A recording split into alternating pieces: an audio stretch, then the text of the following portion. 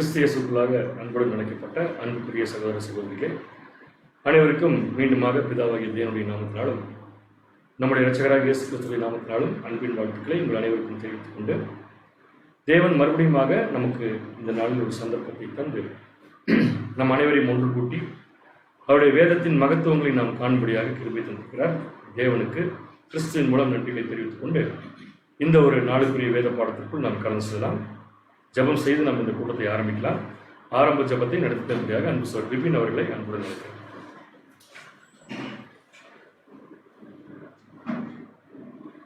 ஜபம் செய்வோம்.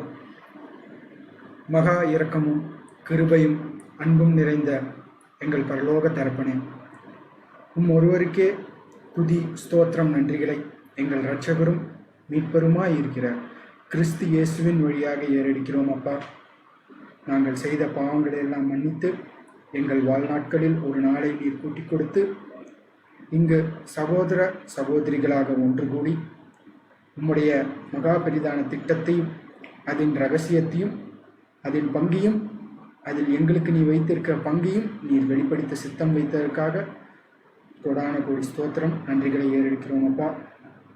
அப்பா, இப்பொழுது பேசப்போகிற தாசனை மறைத்து உமது வார்த்தையாய் வெளிவரட்டும். தாசனைக்கும் உம்முடைய பரிசுத்த ஆவியை கொடுத்து பேசுகின்ற வார்த்தைகள் எங்களுக்கு புரியறதுக்கும் எங்களுக்கு தேவையான பரிசுத்த ஆவியை தர வேண்டுமாய் தாழ்மையோடு ஜெபிக்கிறோம். அப்பா, இந்த செய்தியை நாங்கள் வெறும் காதில் கேட்காமல் எங்கள் இருதயத்திலே பதிய வைத்து கொண்டு உமக்கேற்ற கனிகளாய் மரண பரியந்தம் வாழ உம்முடைய பரிசுத்த ஆவியை தாரும். அப்பா, மீதியானது என்றும் உம்முடைய பாரப்படியில் சமைக்கிறோம். இந்த சிறிய ஜபத்தை எங்கள் இரட்சகரும் மனுக்குலத்தை மீட்க ராஜாவுமாய் இருக்கிறார் இயேசு கிறிஸ்துவின் வழியாக ஏறெடுக்கிறோம். பரலோக தந்தையே, ஆமென்.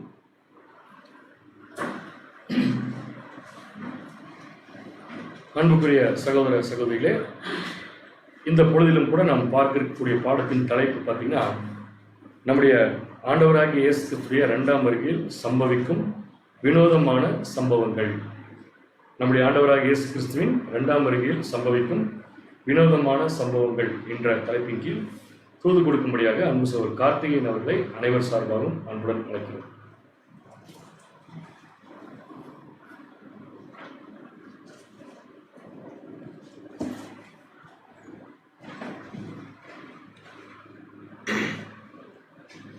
தேவ சமூகத்தில் மிகவும் அன்பாய் கூட்டி சேர்க்கப்பட்ட அன்புக்குரிய சகோதர சகோதரிகளே, உங்கள் யாருக்கும் நம்முடைய பரம்பிதாவாகி தேவனாலும் நம்முடைய ஆண்டவராகிய இயேசு கிறிஸ்து நாமத்தினாலும் கிருபையும் சமாதானம் உண்டாவதாக என்ற அன்பின் வாழ்த்துக்களை இந்த ஒரு அருமையான ஒரு மாலை பொழுது தெரிவித்துக் கொள்கிறேன். அது மாத்திரமல்ல, தேவனுடைய ஒரு பெரிதான கிருபையினாலே அவருடைய உன்னதமான சத்திய வார்த்தைகளை எல்லாம் கேட்கும்படியாக தேவன் அடியானுக்கு பாராட்டின கிருபைக்காகவும் நான் தனிப்பட்ட முறையிலும் கூட நம்முடைய ஆண்டவராகிய இயேசு கிறிஸ்து வழியாக துதி ஸ்தோத்திரங்கள் நான் எடுத்துக்கிறேன். பாடத்துடைய தலைப்பு சகோதரர் அறிவித்து வண்ணமா 2ஆம் வருகையில் சம்பவிக்கும் வினோதமான சம்பவங்கள், the strange incident in the second coming அப்படிங்கிற ஒரு தலைப்பு. பொதுவாக 2ஆம் வருகை அப்படிங்கும்போது நம்முடைய ஆண்டவராகிய இயேசு கிறிஸ்து 2ஆம் வருகையில் அது வந்து இருத்தல் 1874க்கு பிறகு நடக்கக்கூடிய ஒரு சில சம்பவங்களை நம்ம கவனிக்கிறோம். அதில் ரொம்ப விசேஷமாக நம்ம பார்க்குறோம், அநேக சம்பவங்கள் இருக்குது. அந்த சம்பவங்களில் நாம் இன்னைக்கு ஒரே ஒரு சம்பவம் மாத்திரம் தான் நம்ம பார்க்கணும். ரொம்ப முக்கியமான சம்பவம்.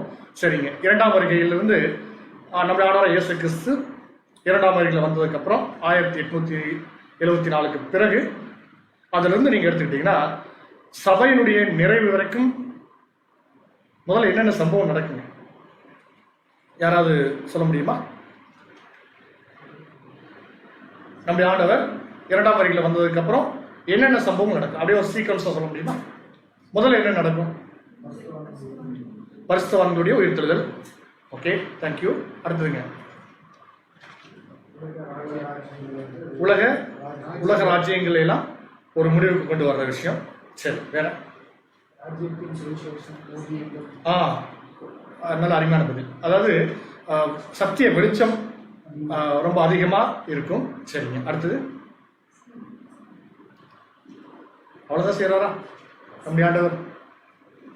சரி, பார்க்கலாம். இந்த பாடத்துக்கு ஒரு ஆதார வசனமாக நம்ம பார்க்குறோம், வாசிக்கலாம். ஏசாயா 28ஆம் அதிகாரம் 21வது வசனம் வாசிங்க.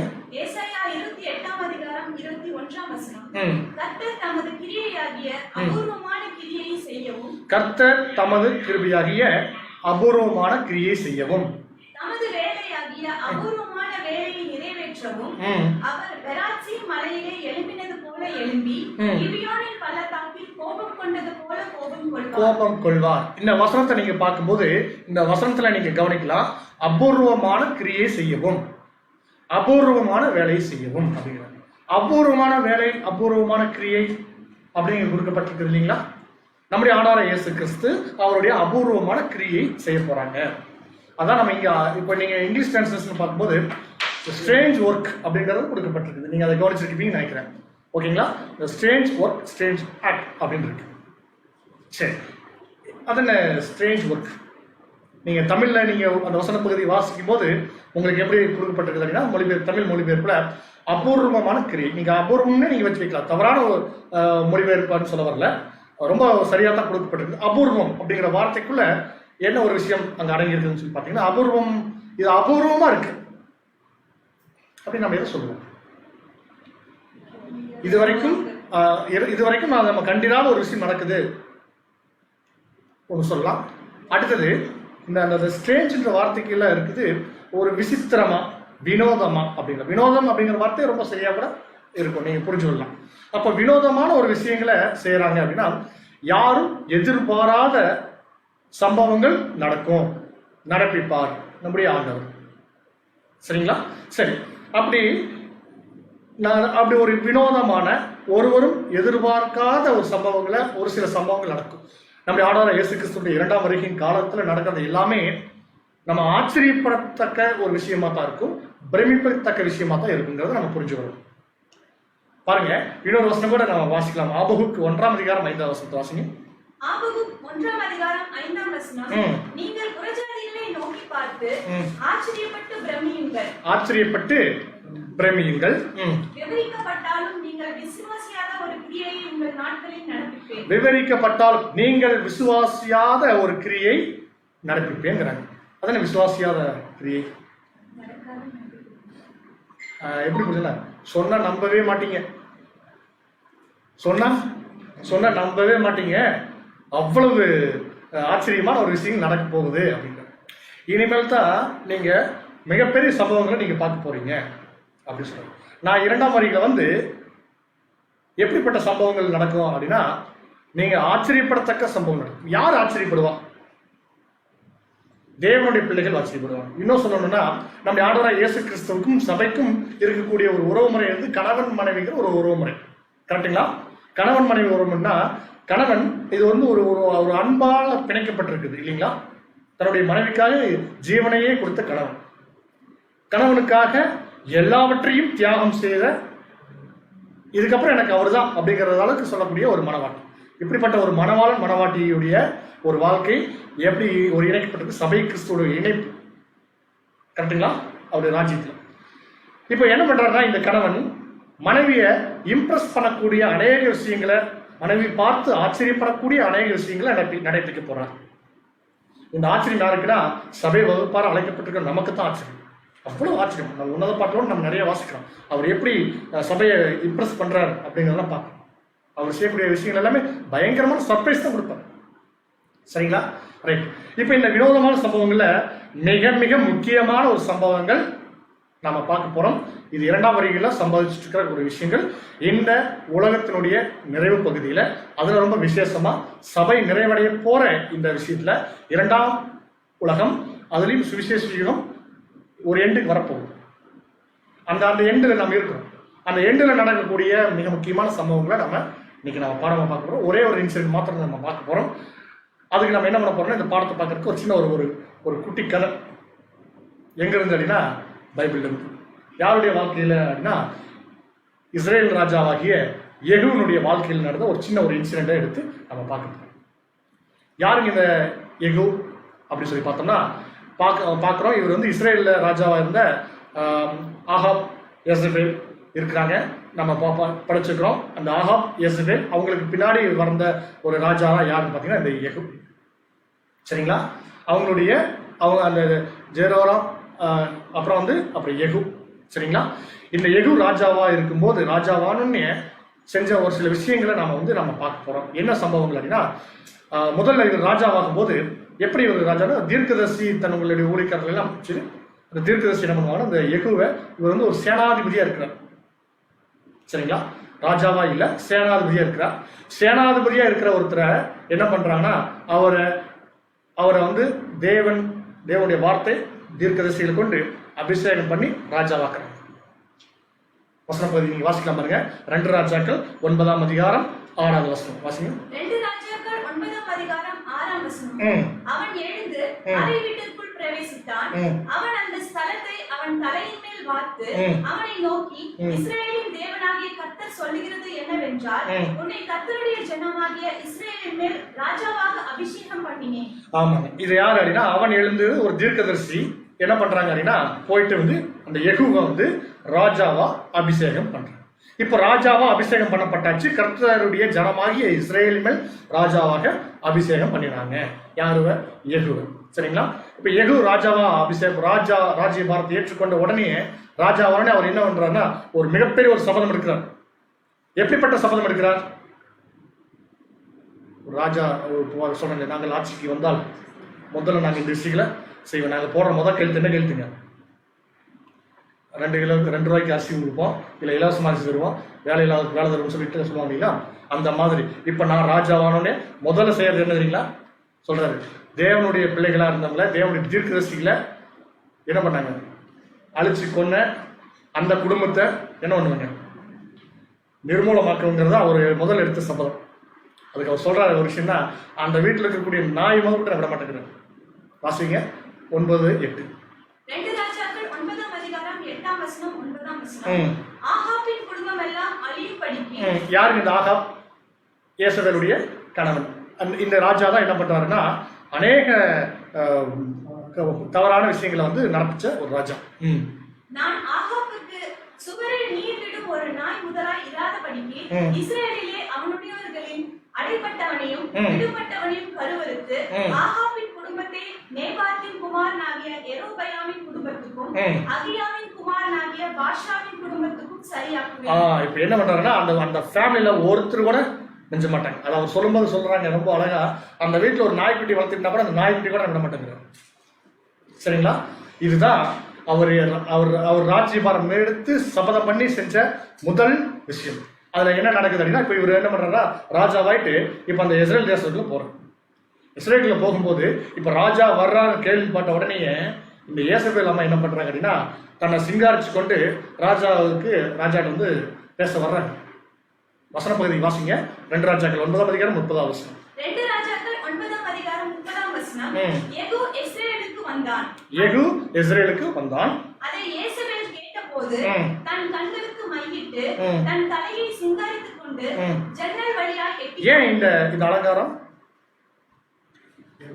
கண்களுக்கு மையிட்டு அப்படியே இந்த கண்ணுக்கு மை போடுற விஷயங்கள்லாம் இப்போ இன்னைக்கும் கூட தேவனுடைய பிள்ளைகள் நல்லா கவனிக்க வேண்டிய விஷயம் என்ன அப்படின்னா, இந்த கண்ணுக்கு மையிடுற விஷயங்கள் எதுக்காக பண்றாங்க? ஸ்திரீகள் ஏன் கண்ணுக்கு மை போட்டுருக்காங்க?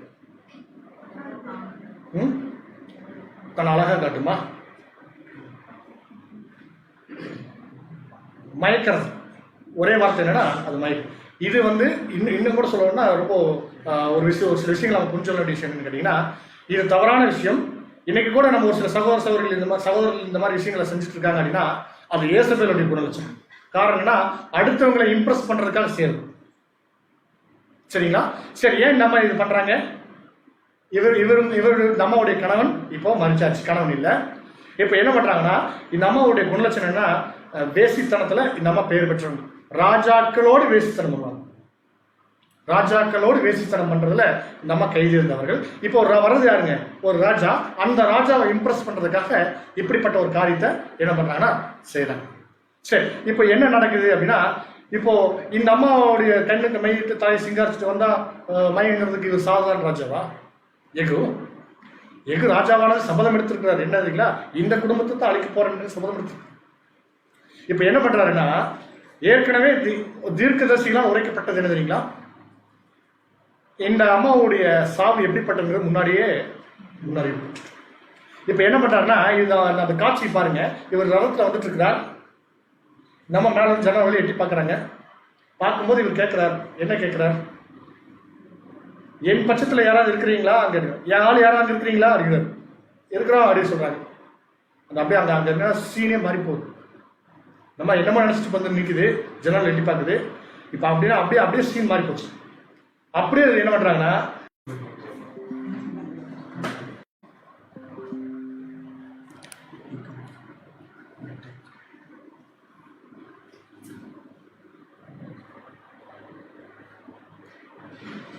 சரிங்க, இப்போ ஏசபேலுடைய மரணத்துக்கு பிற்பாடு இப்போ என்ன பண்றாருன்னா, இவர் போயிட்டு இருக்காரு.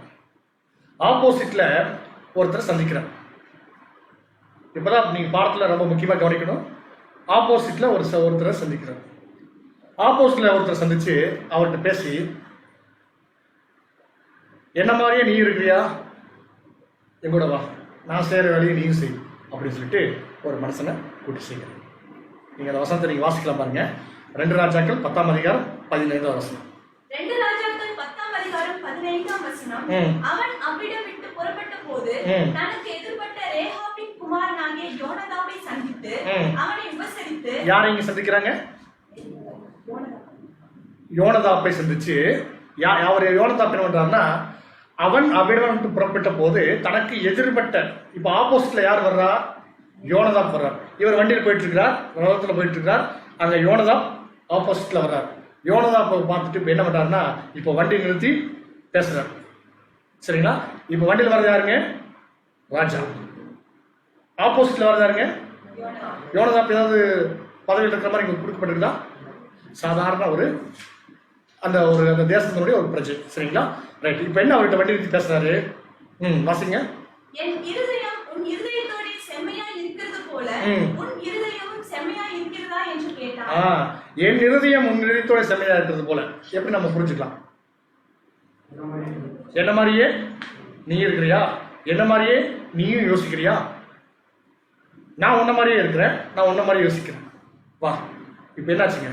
காலையில பார்த்து பாட மாதிரி இது ஒரு பெஸ்ட் கூட்டணி போட்டாச்சு. இப்ப என்ன பண்றாருன்னா, இப்ப அந்த யோனதாப் யோனதாப் என்ன பண்றாருன்னா, அப்படியே இருக்குதுங்கிறார். ஆமா, நீங்க என்ன யோசிக்கிறீங்களோ அதே மாதிரி தான் நான். இவர் என்ன யோசிக்கிறார்? இவருடைய லட்சியம் என்ன? ஆகாப்ப சுத்தமா என்ன பண்ணுங்க, அழிக்கணும். ஆகாப்புடைய குடும்பம், வம்சம் எல்லாத்தையும் மனுஷன். சரிங்களா? அதான் சம்மதம் எடுத்தான். இப்போ இவருடைய லட்சியமும் அவருடைய லட்சியமும் ஒன்னா இருக்குதாங்கிறத இங்க செக் பண்றாரு. ஆமா இருக்குது.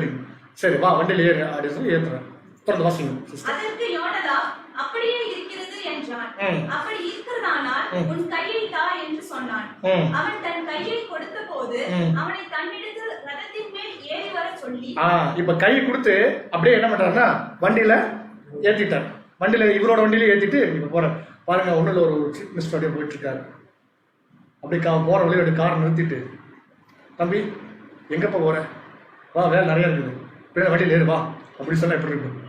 அந்த வண்டியில் ஏறி போகலாம். இப்போ அந்த மாதிரி தான் காட்சி இருக்குது. நீங்க அப்படிதான் இமேஜின் பண்ணிக்கணும். சரிங்களா? ரைட். அடுத்து தொடர்ச்சியா நீங்க வசனம் பகுதி வாசிக்கலாம். 16ஆம் வசனம். 16ஆம் வசனம். நீ என்னோட கூட வந்து கர்த்தருக்காக எனக்கு இருக்கிற பக்தி வைராகியத்தை பார் என்றான். அப்படியே இவனை அவன் ரதத்தின் மேல் ஏற்றினார்கள். வந்து என்னுடைய பக்தி வைராகியத்துக்கு பாருங்க. அது பக்தி வைராகியம். என்ன பக்தி வைராகியம் பாருங்க. தேசத்துல தேவனுடைய தீர்க்கதரிசிகளை கொலை செய்த அந்த ராஜாவா இருந்தாலும் பரவாயில்ல, ராணியா இருந்தாலும் பரவாயில்ல, யாராலும் சரி, அந்த வம்சமே இல்லாதபடி அழிக்கிறது தேவனுக்கு நான் செய்யற ஒரு ஊழியம். சரிங்களா? இதுதான் என்னுடைய பக்தி வைராக்கியம். என்னுடைய பக்தி வைராக்கியத்தை நீ பாருங்க. ஓகேங்களா? ரைட். அடுத்தது 17ஆம் வசனம். அவன் சமாரியாவுக்கு வந்தபோது கர்த்தர் எலியாவோடு சொன்ன வார்த்தையின்படியே சமாரியாவில் ஆகாபுக்கு மீதியான யாவரையும் அழித்து தீரும் அளவும் சங்காரம் செய்தான். இப்ப என்ன பண்றாங்கன்னா, எல்லாரையும் 2 பேர் சேர்ந்து என்ன பண்றாங்க? அழிக்கிறாங்க. இப்ப இந்த வேலைக்கு கூட யார் வச்சுக்கிறாரு? யெகூ இந்த வேலையை செய்யறதுக்கு யாரை கூட வச்சுக்கிறார் அப்படின்னா, யோனதாப்பை கூட வச்சுக்கிறார். சரிங்களா? ரைட். இப்போ யோனதாப் கூட வச்சுட்டு இப்போ அடுத்தது அவங்களுடைய திட்டம் என்ன பண்ணுதுன்னா, இந்த வம்சத்துல பர்டிகுலரா அவங்களுடைய ஃபேமிலியில எல்லாரையும் சங்கரிச்சாச்சு. சரிங்களா? அடுத்தது இப்ப இவங்க என்ன பண்றாங்கன்னா, அடுத்து ஒரு மாஸ்டர் பிளான் ஒன்று பண்றாரு. என்ன மாஸ்டர் பிளான்னா, இப்ப எகு பார்க்கிறார், இந்த தேசத்துக்குள்ள பாகால் வழிபாடு அதிகமா இருக்கிறத பார்க்கிறார். இந்த பாகால் வழிபாட்டுக்கு பாகால் சிலைகள், பாகாலுடைய மேடைகள், பாகாலுடைய தீர்க்கதரிசிகள் அதிகமா இருக்கிறாங்க. எங்க பார்த்தாலும் இருக்கிறாங்க, சந்துக்கு இருக்கிறாங்க. ஓகேங்களா? இப்போ என்ன பண்ணணும்னா, இந்த ஆகாப்பும் யேசபேலும் என்ன பண்ணாங்க, தேசத்துக்குள்ள கர்த்தருடைய தேசத்துக்குள்ள இதை வளர்த்து விட்டுட்டாங்க. இப்ப இவங்க என்ன பண்ணணும்னா, இவங்களை அழிச்சா மட்டும் பத்தாது, இவங்க எல்லாத்தையும் என்ன பண்ணணும், தொடர்ச்சி அப்படியே தூர வீசணும். கரெக்டுங்களா? இப்ப இவங்க எல்லாம் தளிக்கணும். இப்ப இதுக்கு என்ன பண்றாருன்னா, இப்பதான் மாஸ்டர் பிளான் ஒன்று பண்றாரு. யாருங்க? இந்த யெகூ ராஜா. யாரை கூட வச்சுட்டு பண்றார்? யோனதாப் கூட வச்சுட்டு பண்றார். சரிங்களா? இப்ப திட்டம் என்ன அப்படிங்கிறத இப்ப நம்ம வசனத்துல வாசிக்கலாம். 19ஆம் வசனத்துல வாசிக்கலாம். 2 ராஜாக்கள் 10ஆம் அதிகாரம் 19ஆம் வசனம் முதல். இப்போதும் பாகாலின் சகல தீர்க்கதரிசிகளையும் அவனுடைய சகல பணிவிடைக்காரரையும் அவனுடைய சகல ஆசாரியரையும் என்னிடத்தில் அழைப்பியுங்கள், ஒருவனும் குறையலாகாது. சகல எல்லாரையும் ஒருத்தர் விட்டுறாங்க.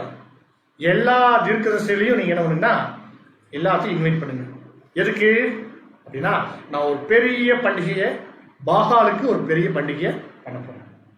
பாகாலுக்கு பலியிட போறேன். அந்த பாகாலுக்கு பலியிடறதுனால எல்லா தீர்க்கதரிசிகளும் அங்க வரணும் அப்படிங்கிற வாசிங்க. நான் பாகாலுக்கு பெரிய பலியிட போகிறேன், வராதவன் எவனோ அவன் உயிரோடு இருப்பதில்லை என்றான். இப்ப என்ன சொல்றாருன்னா, நான் ராஜாவுடைய கட்டளை இது. கரெக்டுங்களா? என்ன பண்ணணும்னா, எல்லாரும் வரணும், கட்டாயமா வரணும். என்ன பண்ண போறேன்? பாகாலுக்கு தான் பலியிட போறேன். பாகாலுக்கு பலியிட போனா, இது நம்ம அழைப்பு வந்து எப்படி இவர் ராஜா கொடுக்குறாருன்னா, வான்னு சொன்னாலே அவங்க என்ன பண்ணிடுவாங்க, வந்துடுவாங்க. ஓகேங்களா? ஆனா இதுல இன்னொரு விஷயத்தையும் கூட ஆட் பண்றாரு. என்ன சொல்றாருன்னா, கட்டாயம் எல்லாம் வரணும், வரலாம் என்ன பண்ண மாட்டீங்க, உயிரோட இருக்க மாட்டீங்க அப்படிங்கிறார். அப்ப பாகாலுக்கு பலியிடுறதுனா எவ்வளவு அவங்களுக்கு எவ்வளவு சந்தோஷமா இருக்கும். அவங்க என்ன நினைச்சிருப்பாங்கன்னா, யெகூ ராஜா ஆயாச்சு, நமக்கு சப்போர்ட் பண்ண ராஜாக்கள் எல்லாம், ராசாத்தி எல்லாம் என்ன பண்ணிட்டாங்க, கொண்டு போட்டாங்க ஊராத்தி. அப்போ என்னன்னா, நமக்கு சப்போர்ட் இல்லையோ நினைச்சிட்டு இந்த டைம்ல ஒரு பெரிய பண்டிகையை தேசத்துல கொண்டாடணும். அப்ப எல்லாத்தையும் வர வைக்கிறாரு. இப்ப என்ன பண்றாங்கன்னா, தீர்க்கதரிசிங்க, ஊழியக்காரங்க, பணிவிடைக்காரங்க, எல்லாரையும், ஆசாரியர்கள் எல்லாத்தையும் வர வைக்கிறாங்க. இப்ப என்ன பண்றாங்கன்னா, அதே மாதிரி எல்லாருமே வர்றாங்க. வாசிங்க தொடர்ந்து. பாகாலின் பணிவிடைக்காரரை அழிக்கும்படி யெகூ இதை தந்திரமாய் செய்தான். பாகாலுக்கு பண்டிகையின் ஆசரிப்பை கூறுங்கள் என்று யெகூ சொன்னான். இத தந்திரமா செய்யறார். நீங்க அந்த வார்த்தைகளை மாத்திரம் நீங்க கவனிச்சுக்கங்க. தந்திரமா செய்யறார். அப்ப இதுல ஒரு தந்திரம் இருக்குது. என்ன தந்திரம்னா, நீங்க அப்படி தொடர்ந்து அப்படி வாசிக்கும் போது 21ஆம் வசனத்துல வாசிங்க. 2 ராஜாக்கள் 10ஆம் அதிகாரம் 21ஆம் வசனம் முதல். யெகூ இஸ்ரேல் தேசமெங்கும் அதை சொல்லி அனுப்பினபடியினால் பாகாலின் பணிவிடைக்காரர் எல்லாரும் வந்தார்கள். எல்லாரும் வந்துட்டாங்க, ஒருத்தர் கூட மிஸ் ஆகல, எல்லாரும் வந்துட்டாங்க. வராதவன் ஒருவனும் இல்லை. அவர்கள் பாகாலின் கோவிலுக்குள் பிரவேசித்ததினால் பாகாலின் கோவில் நாச்சாரியும் நிறைந்திருந்தது. அப்படியே எப்படி இருக்குன்னா, திருவிழா கூட்டமா ஜேஜேன்னு அப்படியே ஃபுல்லா கூட்டமா இருக்குது. எல்லாரும் வந்துட்டாங்க, தேசத்துல இருந்து அத்தனை பேரும் அந்த இடத்துக்கு கூடி வந்துட்டாங்க. இப்போ அந்த கோயில் எப்படி இருக்குன்னா, பாகாலுடைய கோயில் அப்படியே வந்து என்ன சொல்றது, பெரிய தேர் திருவிழா மாதிரி கூட்டமா இருக்கு, எல்லாருமே இருக்கிறாங்க. ஓகேங்களா? இப்போ என்ன பண்றாரு, அடுத்தது 22ஆம் வசனம். 22ஆம் வசனம். அப்பொழுது அவன் வஸ்திரசாலை விசாரிப்புக்காரனை நோக்கி, பாகாலின் பணிவிடைக்காரருக்கெல்லாம் வஸ்திரங்களை எடுத்துக்கொண்டு வா என்றான். அவர்களுக்கு வஸ்திரங்களை எடுத்துக்கொண்டு வந்தான். இப்ப என்ன பண்றாங்கன்னா, இப்ப பணிவிடைக்காரர்கள் எல்லாத்துக்கும் என்ன பண்றாரு, நீங்க என்ன பண்றீங்க, பண்டிகைக்கு வரனால நீங்க என்ன ஒரு யூனிஃபார்ம்லாம் போட்டு காப்பாங்க, என்ன பண்ணணும், நல்லா தனியா தெரியணும் அப்படி சொல்லிட்டு இப்ப என்ன பண்றாங்கன்னா, ஸ்பெஷல் ட்ரெஸ் கொடுத்தாச்சு. ட்ரெஸ்ஸும் கொண்டு வந்து கொடுத்து, அதுக்கு அந்த கட்டளையை கொடுத்தா ட்ரெஸ்ஸு எல்லாத்துக்கும் போட்டு வச்சாச்சு. அடுத்தது வாசிங்க 23. 2 ராஜாக்கள் 10ஆம் அதிகாரம் 23ஆம் வசனம். பின்பு யெகூ ரேகாபின் குமாரனாகிய யோனதாபோடு கூட பாகாலின் கோவிலுக்குள் பிரவேசித்து, இப்போ என்ன பண்றாருன்னா, இப்போ அந்த பண்டிகை நல்லா வெகு விமர்சையா நடந்துட்டு இருக்குது. அதனால பாகால் பலி செலுத்திட்டு இருக்காங்க. ஆட்டம் பாட்டம் கொண்டாட்டம்லாம் பயங்கரமா இருக்குது. இப்போ என்ன ஆகுனா, ராஜா யோனதாப் 2 பேரும் அப்படியே என்ன பண்றாங்கன்னா, அப்படியே என்ட்ராகிறாங்க. ஓகேங்களா? எங்க என்ட்ராகிறாங்க, பாகாலுடைய கோயிலுக்கு, அந்த திருவிழா நடக்கிற இடத்துக்கு அப்படியே வர்றாங்க. வாசிங்க. பாகாலின் பணிவிடைக்காரரை நோக்கி, பாகாலின் ஊழியக்காரரே அல்லாமல் கர்த்தரின் ஊழியக்காரரில் ஒருவனும் இங்கே உங்களோட இராதபடிக்கு திட்டமாய் பாருங்கள் வந்து இப்போ யோனதாப்பும் யெகூவும் வந்து அப்படி வண்டியில வந்து இறங்கி நின்ன உடனே முதல் இன்ஸ்ட்ரக்ஷன் என்ன கொடுக்குறாங்கன்னா, கர்த்தருடைய ஊழியக்காரர் யாரும் உள்ள இல்லாம பாத்துக்க அப்படிங்கிறாங்க. நீங்க நல்லா அந்த சீன் நல்லா கவனிச்சுக்கங்க. என்ன சொல்றாருன்னா, யாரும் நம்மால யாரும் உள்ள இல்லாம பாத்துக்க அப்படின்றாங்க. சரிங்களா? ரைட். இப்போ அதே மாதிரியே வந்து அவங்க இன்ஸ்ட்ரக்ஷன் கொடுத்தாச்சு. இப்போ அதே மாதிரி அவங்க என்ன பண்றாங்கன்னா, இங்க கரெக்டா செக் பண்றாங்க. கர்த்தருடைய தீர்க்கதரிசிகள், கர்த்தருடைய ஒளிக்காரர்கள் யாரும் உள்ள இருக்கக்கூடாது. ஏன்னா அங்க பாகாலுடைய தீர்க்கதரிசிகள், பாகாலுடைய இப்போ அதுக்குள்ளே யாராவது கர்த்தருடைய தீர்க்கதரிசி இருந்தாங்கன்னா என்ன பண்ணுவாங்க? அவங்கள முதல்ல என்ன பண்ணணும்? வெளியேற்றிடணும். சரிங்களா? வெளியேற்றிட்டு அடுத்து என்ன சொல்ற? 24 வாசிங்க. 24 வசனம். அவர்கள் பலிகளையும் சர்வாங்க தகனங்களையும் செலுத்த பிரவேசித்த பின்பு யெகூ வெளியிலே 80 பேரை தனக்கு ஆயத்தமாக வைத்து இப்போ என்ன பண்றாருன்னா, இவர் ஆல்ரெடி ஏற்கனவே என்ன பண்றாரு, ஒரு டீம் செட் பண்ணிட்டார். ஒரு 80 பேர் இருக்கிற ஒரு டீம் என்ன பண்ணிட்டாங்கன்னா, அவங்க பெஸ்ட் டீம், ராஜா ட்ரிக்ல ஒரு பெஸ்ட் டீம். அவங்க என்ன பண்ணுவாங்கன்னா, இப்போ ரெடியா இருக்காங்க. என்ன பண்றாங்க? ஃபுல்லா வந்து அந்த கோயிலை ரவுண்ட் அப் பண்ணி அப்படி நிற்கிறாங்க. சரிங்களா? அந்த அப்படியே அந்த பண்டிகை அப்படி நடக்குது. அந்த பாகாலுடைய கோயில் அப்படியே ரவுண்ட் அப் பண்ணி அப்படியே நிற்கிறாங்க, ரெடியா நிற்கிறாங்க. சரிங்களா? அடுத்தது, நான் உங்கள் கையில் ஒப்புவிக்கிற மனுஷரில் ஒருவனையும் எவன் தப்ப விடுகிறானோ அவனுடைய ஜீவனுக்கு பதிலாக அவனை தப்ப விட்டவனுடைய ஜீவன் ஈடாயிருக்கும் என்றான். இப்போ அந்த 80 பேருக்கு என்ன கமெண்ட் கொடுக்குறாரு? ஒரு ஆள் மிஸ் ஆகக்கூடாது. ஒரு ஆள் மிஸ் ஆனா நீங்க மிஸ் ஆயிருவீங்க. சரிங்களா? ஒருத்தர் கூட என்ன ஆகக்கூடாது, மிஸ் ஆகக்கூடாது. பாருங்க, யாரும் தப்பிச்சு ஓடாம பார்க்கணும் அப்படிங்கிற சொல்லிட்டாரு. சரிங்களா? இப்ப அடுத்தது 25வது வசனம். 25ஆம் வசனம். சர்வாங்க தகன பலியிட்டு தீர்ந்த போது யெகூ சேவகரையும் சேர்வைக்காரரையும் நோக்கி, உள்ளே போய் அவர்களை வெட்டி போடுங்கள். இப்ப என்ன சொல்லிட்டாருன்னா, எல்லாத்துக்கும் ஒரு இன்ஸ்ட்ரக்ஷன் என்ன? நீங்க உள்ள போய் என்ன பண்ணுங்க, அடிச்சு எல்லாத்தையும் காலிங்க, ஒருவரையும் வெளியே விட வேண்டாம் என்று. ஒருவரையும் வெளியே விட வேண்டாம் என்றான். அப்படியே பட்டய கற்பினால் சேவகரும் சேர்வைக்காரரும் அவர்களை வெட்டி எரிந்து போட்டு பாகால் கோவிலை சேர்ந்த ஸ்தலம் எங்கும் போய் எங்க என்ன பண்ணிட்டாங்கன்னா, இப்ப இந்த டீம் போய் எல்லாத்தையும் என்ன பண்றாங்கன்னா, பட்டயத்தை எடுத்து பட்டய கருக்கினாலே என்ன பண்றாங்க, எல்லாரையும் வெட்டிட்டு எல்லாத்தையும் வெட்டிட்டாங்க. வெட்டிட்டு என்ன ஆச்சு? 26 வசனம் தொடர்ந்து 26ஆம் வசனம். பாகால் கோவில் விக்கிரகங்களை வெளியே எடுத்து வந்து அவைகளை தீ கொளுத்தி இப்ப அடுத்து அவங்க வெட்டி போட்டாச்சு. இப்ப அடுத்து என்னாச்சு? என்னன்னா, அந்த பாகால் கோயில் விக்கிரகங்கள் எல்லாத்தையும் கொண்டாந்து என்ன பண்றாங்க, வெளியே போட்டு அதை தீ வச்சு கொளுத்துறாங்க. அடுத்தது, பாகாலின் சிலையை தகர்த்து பாகாலின் கோயிலை இடித்து ஃபுல் டெஸ்ட்ராய் பண்றாங்க. சரிங்களா? அடுத்து, அதை இந்நாள் வரைக்கும் இருக்கிறது போல மலஜலாதி இடமாக்கினார்கள். என்ன பண்ணிட்டாரு மனுஷன்? அதை வந்து எல்லாம் இடிச்சு, பாகால் கோயில்ல எல்லாத்தையும் இடிச்சு பூரா வந்து கவர்மெண்ட் டாய்லெட் கட்டிட்டாங்க. அடுத்தது, இப்படியே யெகூ பாகாலை இஸ்ரவேலில் இராதபடிக்கு அழித்து போட்டான். இப்படியே யெகூ அந்த இஸ்ரேல் தேசத்துல பாகால்ங்கிற வார்த்தை கூட எங்கேயுமே இல்லாத அளவுக்கு பாகாலுடைய சிலை. ஏன்னா இவர் முதல்ல என்ன பண்றாரு, பாகால் அழிக்கிறதுக்கு முன்னாடி யார் அழிச்சாரு? பாகாலுக்கு தூபம் காட்டுற ஆசாரியர்கள், தீர்க்கதரிசிகள், பணிவிடைக்காரர்கள், பாகாலை தொழுகிற எல்லாத்தையும் கூட்டும் போது என்ன பண்ணிட்டாருன்னா, எப்படி ஒரு மாஸ்டர் பிளான் எப்படி இருக்குதுங்க? கதை நல்லா இருந்துச்சுங்களா? கட்டாயமாக கதை நல்லா தான் இருக்கும். ஏன்னு கேட்டிங்கன்னா, பொதுவாகவே ஒரு இன்ட்ரெஸ்டிங்கான ஸ்டோரி.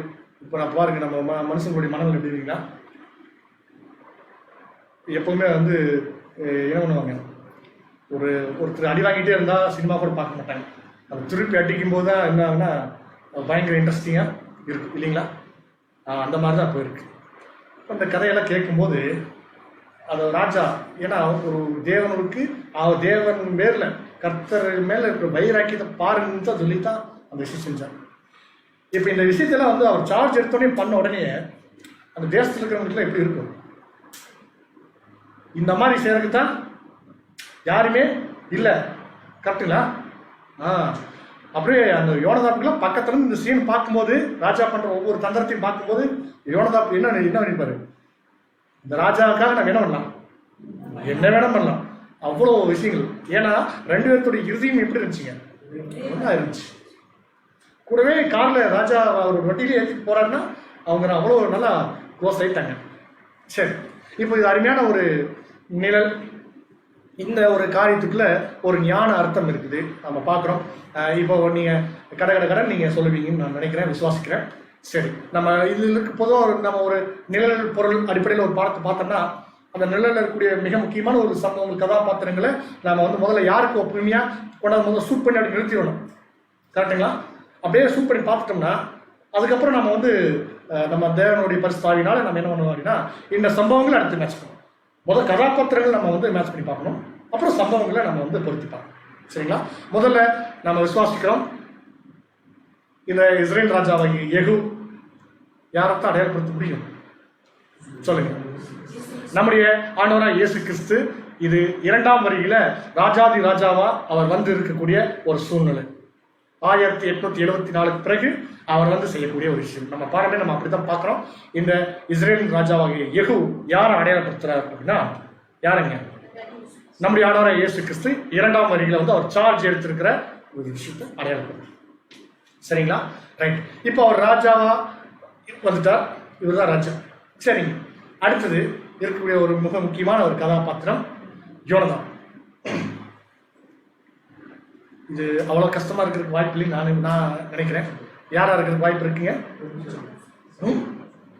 வசனம் எப்படி இருக்குன்னா, தனக்கு எதிர்பட்ட ரேகாப்பின் குமாரனாகிய யோனதா, அப்புறம் என் இருதயமும் உன் இருதயத்தோட செம்மையா இருக்கிறது போல. 2 பேரும் ஒரே மைண்ட். யாருங்க? சபை வகுப்பார். 1,44,000 பேர். சரிங்களா? இதுல நம்ம எப்படி பார்க்கிறோம் அப்படின்னு சொன்னா, இந்த 1,44,000 பேர் இங்க எப்படி இருக்காங்க? 2 பார்ட்டா இருக்காங்க. நம்முடைய ஆண்டவராகிய இயேசு கிறிஸ்து 2ஆம் வரியில வந்திருக்கும் போது 2 பார்ட்டா இருக்காங்க, 2 வகுப்பாரா இருக்காங்க. ஒண்ணு மகிமையடைந்த சபையா இருக்கிறாங்க, உயிர்த்திலிருந்து மகிமையில இருந்து இயேசு கிறிஸ்துவோட இணைஞ்சு வேலை செய்யறாங்க. இன்னொரு குரூப் எப்படி இருக்காங்க அப்படின்னா மாமிசத்துல இருக்காங்க. அது யாரு அப்படின்னா நீங்க பாக்குற பின்னாடி பார்ப்போம். இது வந்து 1,44,000 பேரும் இதில் அடங்கல. யோனதாபுல மகிமை அடைந்த சபைக்கு கூடவே இருக்கிறாங்க, அவருடைய வேலை செய்யணும். ஓகேங்களா? சபை எப்படி சும்மா நீங்க அந்த இன்சிடென்ட் பார்த்தாலே நம்ம மேட்ச் பண்றோம், சந்தோஷம். ஆனா இந்த வார்த்தைகளை கவனிச்சு பார்க்கும்போது தனக்கு எதிர்பட்ட ரேகாப்பின் குமாரனாகி யோனதா, அதுதான் நம்ம பார்க்கிறோம். 10 கனி உண்மை பிடிக்கிறோம் இல்லைங்களா? என்னங்க?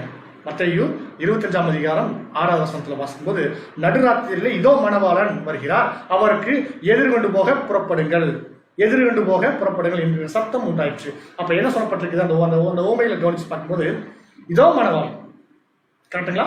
அவருக்கு எதிர்கொண்டு போக புறப்படுங்க. அப்ப அவருக்கு எதிர்கொண்டு போகணும். யார் போவா? புத்தியுள்ள கன்னிகைகள் போவாங்க, கரெக்டுங்களா? அப்ப எதிர்கொண்டு போய் அவங்களோட சேர்றது யாரு? சபை வரும், கரெக்டுங்களா? அப்ப இங்க எதிர்பட்டு அவர் போகும்போது அவர் ஆப்போசிட்ல வர்றாங்க. சரிங்களா? ரைட். இப்போ அடுத்தது நம்ம என்ன ஒரு காரியத்தை இங்க பார்க்கணும் அப்படின்னா, இது சபைக்கு நம்ம அடையாளமா பார்த்துட்டோம். சரி, அடுத்தது என்னன்னா, இவர் வந்து என்ன பண்றாருன்னா, இவர் அப்படியே என்ன பண்றாருன்னா கூடவே அந்த அவரோட வண்டியிலேயே கூட கூட்டிட்டு போறாரு. அதை எதை அடையாளப்படுத்துங்கிறத நீங்க விட நம்ம புரிஞ்சுக்கணும். அவருடைய ஓன் வெஹிக்கிள், சுய வாகனம். இவர் ஒரு வண்டியில் வர்றாரு, அதே வண்டியில் அப்படி கை கொடுத்து வா, வந்து என்னுடைய பக்தி வைராக்கியத்தை நீ பார் அப்படி சொல்லி வண்டியில கூட்டிட்டு போறாரு. என்னது? ஒரு வசனத்தை படிச்சதுக்கு அப்புறம் நீங்க சொல்லுங்க. 1 யோவான் 2ஆம் அதிகாரம் 6வது வசனம். 1 யோவான் 2ஆம் அதிகாரம் 6ஆம் வசனம். அவருக்குள் நிலைத்திருக்கிறேன் என்று சொல்கிறவன் அவர் நடந்தபடியே தானும் நடக்கணும். அப்படின்னா என்னன்னா, அவர் எந்த வழியா போறாரோ, அவர் எப்படி போறாரோ அவரு கூடவே போகணும், அவரு கூடவே பயணிக்கணும். சரிங்களா? இப்ப அது சுய வாகனத்துல நம்ம பாருங்க, இந்த ஊமையில் கூட, நல்ல சமாரின் ஊமையில் கூட என்ன பண்றாங்க, அந்த காயப்பட்டு கிடக்குறாங்க, அவங்களை எடுத்து காயம் கட்டிட்டு அவர் ஒரு சுய வாகனத்துல ஏற்றிட்டு போறதை கூட நம்ம அதை பார்க்கணும். அதெல்லாம் உங்களுக்கு படிச்சு இல்லைங்களா? அப்ப சுய வாகனம் அப்படின்னா அவங்க வண்டியிலேயே அவங்க கூட்டிட்டு போறது. அவருடைய வழிதான் நம்மளுடைய வழி, அவருடைய வேலை தான் நம்மளுடைய வேலை. அவர் என்ன விஷயம் செய்யறாரோ அதை நாமளும் செய்யணும். சரிங்களா? இப்போ இவருடைய பிளான் தான் இவருக்கு தனியா எந்த விதமான திட்டம் இல்லை. அவர் திட்டம் போடுவார், அவருடைய திட்டம் இருக்கு, ஒரு பிளான் இருக்கு, அந்த பிளானை இவரும் செயல்படுத்துவார். அப்போ யெகூவுக்கும் யோனதாப்பும் ஒரே வேலை செய்யறாங்க, ஒரே மைண்டோட செய்யறாங்க, ஒரே பிளானை செய்யறாங்க, செயல்படுத்துறாங்க. இப்ப நம்முடைய ஆண்டவர் இயேசு கிறிஸ்து இந்த 2ஆம் வரைக்கும் வந்தவங்க சபையை கூட சேர்த்துக்கிறார், மனவாட்டியை கூட வச்சுக்கிறார். சேர்த்துட்டு என்ன பண்றாருன்னா 2 பேரும் ஒரே மனநிலையில் இருக்கிறாங்க, ஒரே வேலை செய்யறாங்க, ஒரே திட்டத்தை நடப்பிக்கிறாங்க. அதை செய்யும்போது எப்படி செய்யறாங்க அப்படின்னா, எப்படி செய்யறாங்க? முதல்ல என்ன பண்றாங்க, அந்த ஏசபேல் ஆகாபோடைய ஃபேமிலி ஏசபேல் அழிக்கிறாங்க. ஏசபேல் நம்ம பார்க்குறோம், அநேக பாடங்களை பார்த்தனால நான் உங்களுக்கு ஸ்கிரீன்ல போடல. ஏசபேல் யார் அடையாளப்படுத்துறாங்க? ஏசபேல்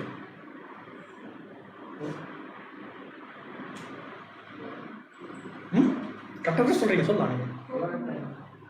ஒட்டுமொத்த அந்தி கிறிஸ்து அமைப்பு, அந்தி கிறிஸ்து அமைப்பு அடையாளப்படுத்துறாங்க இந்த ஏசபேல். காரணம் என்ன? அவங்க ராஜாக்களோட வேசித்தனம் பண்ற ஒரு ஸ்திரீ. நம்ம அநேக பாடங்களை பார்த்துருக்கோம். ஓகேங்களா? இப்போ அந்த அம்மா எப்படி அழைக்கப்படுறாங்க அப்படின்னா, அவங்க என்ன பண்றாங்க, இந்த ராஜாவையும் மற்ற ராஜாவை நினைச்சிட்டாங்க, எகுவையும் என்ன நினைச்சிட்டாங்க, எகுவோடையும் போய் என்ன பண்ணாங்கன்னா வேசித்தனம் பண்ணலாம் நினைச்சிட்டாங்க. இந்த அம்மாவுடைய அழகுல மயங்குவார் அப்படின்னு நினைச்சிட்டாங்க. ஆனா அவங்க இந்த அம்மாவுடைய இதெல்லாம் வந்து யார்கிட்ட எடுபடல, இந்த எகுகிட்ட எடுபடாது. காரணம் என்ன அப்படின்னா, இவருக்கு என்ன தேவைன்னா கர்த்தர் மேல இருக்கக்கூடிய பக்தி வைராக்கியம். அதுக்கு அவர் கூட இருக்கிறது யாருன்னா, இவர் ஒத்த இருதயத்தை கொண்டா இவனை தான். அப்படி ஆண்டவர் இயேசு கிறிஸ்து யாருக்காகத்தான் மயங்குறாருன்னா, அவருடைய மனவாட்டி மாத்திரம் சபையிட்ட மட்டும்தான், சபையுடைய அழகுல தான் மயங்குறார். சபையுடைய அழகு எதுங்க? கேரக்டர், நல்ல குணலட்சணம், தேவனுக்கு பிரியமா வாழக்கூடிய நல்ல குணலட்சணங்கள், சாந்தமும் அமைதலும் உள்ள அலங்கரிப்பு. அதுதான் அவரை இம்ப்ரெஸ் பண்ணுவோமே தவிர வேற எதையுமே இம்ப்ரெஸ் பண்ணாங்க. சரிங்களா? இப்போ ஏசபேலுடைய அழிவுக்கு பிற்பாடு தொடர்ந்து நடக்கிறது என்ன அப்படின்னா, இந்த பாகாலுடைய எல்லாத்தையும் ஒரு மாஸ்டர் பிளான் பண்ணி பண்ற ஒரு விஷயம்.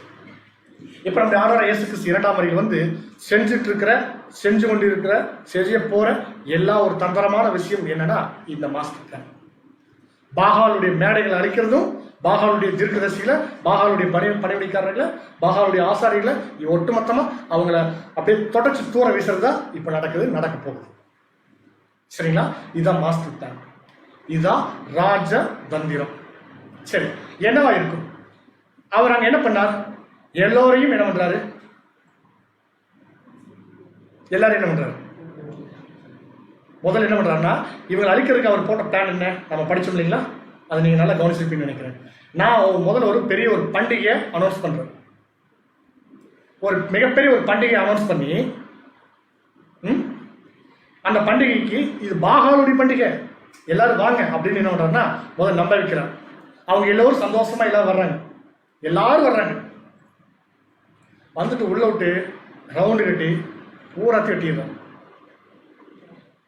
மிகப்பெரிய தந்திரம், ராஜதந்திரம். இது அப்படியே நம்ம எப்படி பொருள் பண்ணலாம்?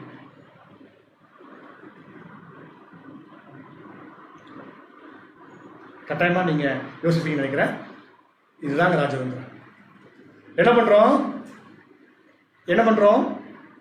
அப்படியே இந்த மாதிரி நாம என்ன பண்ணுவோம்னா கொடுப்போம். தந்திரமே இதுதான் வினோதமான விஷயம், விசித்திரமான விஷயம். எப்படி இருக்கும்? பைபிள் விருந்து, அற்புத சுகமளிக்கும் கூட்டம் அப்படின்னு நினைச்சிட்டு அவங்க என்ன வருவாங்க. காரணம் என்னன்னா, இப்போ அவர் முதல்ல என்ன பண்ணிட்டாருன்னா ஏசபேல அழிச்சாச்சு, முடிச்சு வச்சு. அவங்க என்ன பண்ணியாச்சுன்னா அவங்களுடைய செய்கைகள் இனி இல்லை.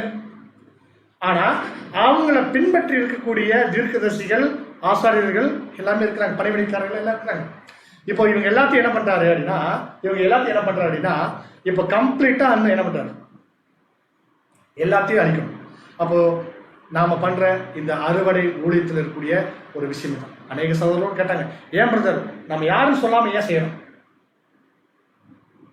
நிறைய சகோதரர்கள் கேட்டுட்டாங்க. நம்ம ஏன் சொல்லக்கூடாதா? நாங்க வேதமானவர்கள், வாங்க உங்களுக்கு சத்திய சொல்லி கொடுக்கணும், ஒருத்தர் வரமாட்டாங்க. பாகாலுக்கு பணிவிடை அப்படின்னு சொன்னா தான் வருவாங்க. கர்த்தருக்கு பலி செலுத்துற வாங்கினா வருவாங்களா? வரமாட்டாங்க. அவங்களுடைய பண்டிகை நினைச்சுதான் வருவாங்க. இப்ப என்ன பண்றாருன்னா இப்படி உள்ள விட்டுட்டு எல்லாத்தையும் என்ன பண்ணணும்? இதுதான் தந்திரமான ஒரு முக்கியமான ஒரு விஷயம். சரிங்களா? அப்படியே பண்ணிட்டு செய்யற ஒரு முக்கியமான விஷயம் என்னன்னா, அவளை விட்டு வெளியேறும். ஏன்? ஏன் இது செய்யறோம் அப்படின்னா, முதல்ல எந்த ஒரு ராஜாவா இருந்தாலும் உள்ள உடனே எடுத்தோடனே வெட்ட முடியாது. ஒரு இன்ஸ்ட்ரக்ஷன் கொடுக்கணும். இதுதான் வந்து நியாயப்பிரமாணத்தில் இருக்கக்கூடிய பிரதான கட்டளை. என்ன கட்டளை தெரியுங்களா? ஒரு ராஜா போய் ஒரு நாட்டை ஒரு முற்றுகை போட்டா சரின்னா எடுத்தோடனே அட்டாக் பண்ணிடக்கூடாது. ஒரு எக்காலம் தொலைச்சிட்டு ஒரு அனௌன்ஸ்மெண்ட் கொடுக்கணும். என்ன அனௌன்ஸ்மெண்ட் தெரியுங்களா? என்னோட பெரியமா இருக்கிறவங்க, என்ன ஆதரிக்கிறவங்க யாராவது அங்கே உள்ள இருந்தீங்கன்னா நீங்க வெளியே வந்துருங்க. நியாயப்பிரமாணத்திலேயே கொடுக்கப்பட்டிருக்கு அந்த அனௌன்ஸ்மெண்ட் கொடுக்கணும். இப்ப இவர் போய் இறங்கினோடனே, யோனத்தாபோட போய் இறங்கினோடனே அங்க என்ன நடந்துச்சு தெரியுங்களா? நம்மளால யார் உள்ள எல்லாம் பார்த்துக்கின்றார். ஃபர்ஸ்ட் இன்ஸ்ட்ரக்ஷன் தான் என்னது? நம்மளால யாரும் உள்ள இருக்கிறாங்களா, கர்த்தருடைய தீர்க்கதரிசிகள் யார் இருக்கிறாங்களா, அவங்கள வெளியே பண்ணி பெஸ்ட் ஃபில்ட்ரேஷன் அங்க நடக்குது. அதான் எப்படி வசனம் இருக்குது? பாபிலோன் மத்தியில் குடியிருக்கிற சீயோனே உன்னை விடுவித்துக் கொள். பார்க்கறதுக்கு அப்படி ஆச்சரியமா இருக்கும். அதுதான் பண்றாங்க. அப்புறம் என்ன பண்றாங்க? ஏன் அங்க வெளியே வர சொல்றாங்க? அவளை விட்டு வெளியே வான்னு ஏன் சொல்றாங்க? அவளுக்கு வரப்போற ஆக்கினை இப்ப அழிக்க போறேன். வசந்த் வாசிங்க. சாரி. வெளிப்படுத்தல் 18ஆம் அதிகாரம் 4ஆம் வசனம். பின்பு வேறொரு சத்தம் வானத்திலிருந்து உண்டாக கேட்டேன். அது, என் ஜனங்களே, நீங்கள் அவளுடைய பாவங்களுக்கு உடன்படாமலும் அவளுக்கு நேரிடும் வாதைகளில் அகப்படாமலும் இருக்கும்படிக்கு அவளை விட்டு வெளியே வாருங்கள். இப்ப என்ன பண்றாங்கன்னா, அவளை விட்டு வெளியே வாருங்கள். இப்போ வெளியே வந்தாச்சு. இப்ப ஏற்கனவே என்ன பண்ணிருக்கிறார்? 80 பேர் அவருடைய சேனை, பெஸ்ட் டீம் சொத்தி ரவுண்ட் பண்ணி நிற்கிறாங்க. அந்த 80 பேர் உங்களுக்கு ஸ்கிரீன்ல வராது. யாரா இருக்கு வாய்ப்பு இருக்கு சொல்லுங்க. இவர் சொன்னா அவங்க விட்டுவாங்க. எப்படி விட்டுவாங்க? பட்டய கருக்கினால் விட்டுவாங்க. ஒருத்தர் கூட தப்புடக்கூடாதுங்கிற இன்ஸ்ட்ரக்ஷன் நமக்கு கிடைக்கப்பட்டிருக்கு எகூட்டு இருந்து. அந்த 80 பேர் யாருன்னா, மாமிஸ்ல வாழ்ந்து கொண்டிருக்கக்கூடிய தேவனுடைய பிள்ளையாக இருக்கக்கூடிய இந்த வேத மாணவர்கள், பைபிள் ஸ்டூடெண்ட் 80 பேரும். அவங்க என்ன பண்ணுவாங்கன்னா, வெட்டணும். ஒருத்தர் தப்பிக்க விட்டா கூட அவங்களுக்கு பொதுவாக யார் வெட்டப்படுவா? இப்போ நாம நம்மளுடைய அப்போ அல்டிமேட் பிளான் நமக்கு என்ன இருக்கணும்? எதுக்காக நம்ம வந்து அங்க நிறுத்தப்பட்டிருக்கோம்? ரவுண்ட் பண்ணி நம்ம எதுக்கு நின்றுட்டு இருக்கோம்? ஓகே ரெடி அப்படின்னு கமாண்ட் வந்த உடனே, ராஜா கமாண்ட் வந்த உடனே உள்ளரை தட்டணும். சரிங்களா? இப்ப முற்றுகை போட்டு நின்னாச்சு. சுத்தியும் வெட்டும்.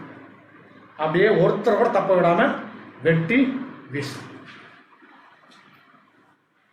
நிழல் பொருள் உங்களுக்கு அப்படியே அழகா ரொம்ப மேட்ச் ஆகி புரிஞ்சுதுங்களா?